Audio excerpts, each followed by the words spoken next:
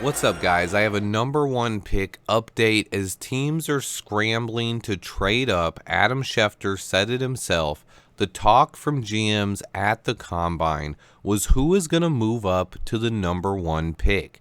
It's pretty much a done deal at this point, in my opinion, that the pick will be traded.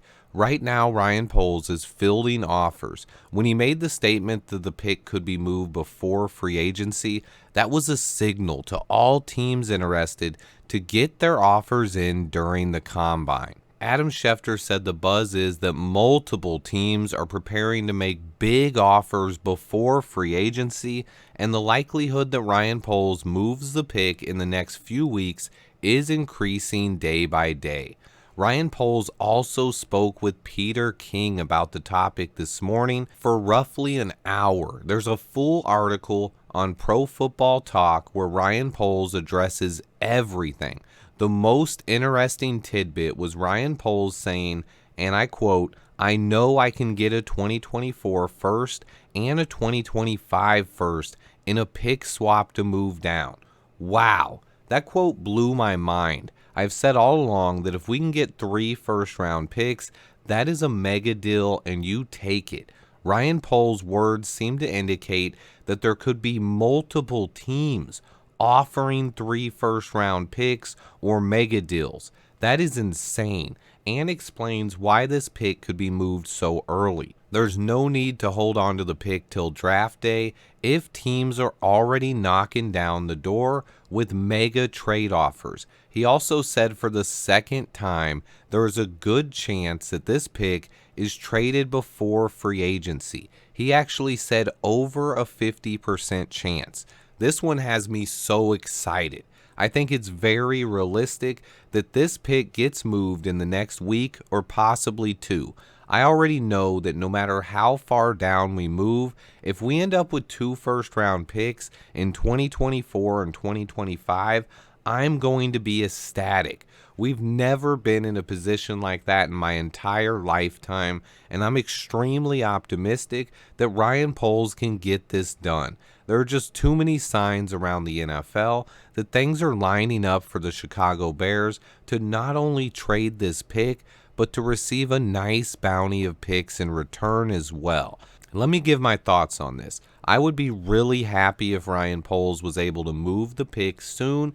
It gives me a chance to reevaluate the NFL draft from our new position and put in time thinking about the extra picks we acquired. I don't think he should rush to trade the pick, but with him saying he should get 3 first rounders, there's no reason to not pull the trigger now. I believe Poles has already decided the pick will be moved and is now just fielding offers and talking it over with Ian Cunningham and company. I have no idea which team will emerge, but I did listen to all 32 teams' press conferences from the other GMs and have a couple of takes on teams I think could make a bold move and come up for the number one pick. Currently, I would list the Carolina Panthers as the favorite to make a move. I made an entire video on why I think that's possible, so I won't rehash too much here. Just know they are a team ready to draft a QB, and they have a lot of extra draft capital. They also have 3 quarterback gurus in the building to groom a rookie with Frank Wright, Josh McCown, and Pep Hamilton. Keep an eye on Carolina. My sleeper teams are the Tennessee Titans and the Washington Commanders.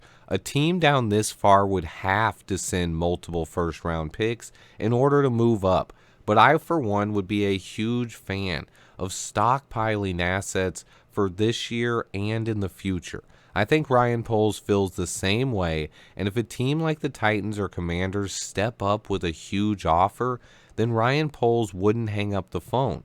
Poles also mentioned that he could move further down than most people expect. Don't sleep on the Titans deal either. Now I want to talk about 2 teams I haven't mentioned much, the Las Vegas Raiders and the Atlanta Falcons. Both teams are in need of a quarterback, and neither team seems to be involved with the veteran QB options. I haven't heard anything specific about either team's interest, but I think both teams make some sense, especially with Derek Carr now joining the New Orleans Saints. Just more good news for the Bears, as the Saints were not a team that were going to trade up for number one. I also still believe the Indianapolis Colts could make a lot of sense, despite Chris Ballard's comments at the Combine. He seemed like a guy who would rather wait at 4 than to move up, but maybe C.J. Stroud's performance this weekend changed that thought process. I still haven't ruled the Colts out yet. I also can't rule out the Texans. Even though I doubt this happens, it still makes a lot of sense if the Texans make a really good offer. To collect a ton of assets and just move down one pick, I'm skeptical on this one, but not ruling it out. Let me read a couple of direct quotes from Ryan Poles' article. It's a 50-minute long interview. I will link the full article in the description if you guys want to read it, but here are a few quotes. Poles said, "With this opportunity with the first pick, it feels like an opportunity to kind of heal some of the things that have happened before. It feels like an opportunity to kind of heal some of the things that happened before with the Chicago Bears and become a really good team. Everything feels right." He also added that they'll have to see it through with Justin Fields and that it's about adding talent around him. Back onto the number one pick, he said, "I know I can get a 24-1 and a 25-1 in a deal to swap picks for the number one overall." He further added, "Should we do this before free agency or should we wait? I don't know, but that's what I've communicated to other teams. I could carry this all the way until we're on the clock the night of the draft. But then there are teams that want some certainty, because if they need a QB bad, should they do it now when some of these guys like Derek Carr are out there? To me, they've got to go so much more above to do it now. And I'm not greedy with it, but they're going to have to go above and beyond to close that door right now." Wow, just booming words from Ryan Poles, spoken like a true professional that is ready to knock a home run out of the ballpark with this trade.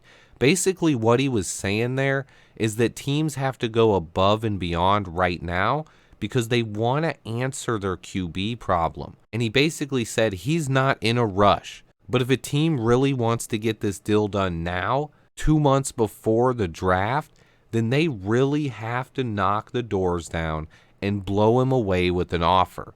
And then the fact that he said there's more than a 50% chance that could happen, and he knows he can get a 2024 and 2025 first round pick, tells me that there's multiple teams willing to make that big deal right now.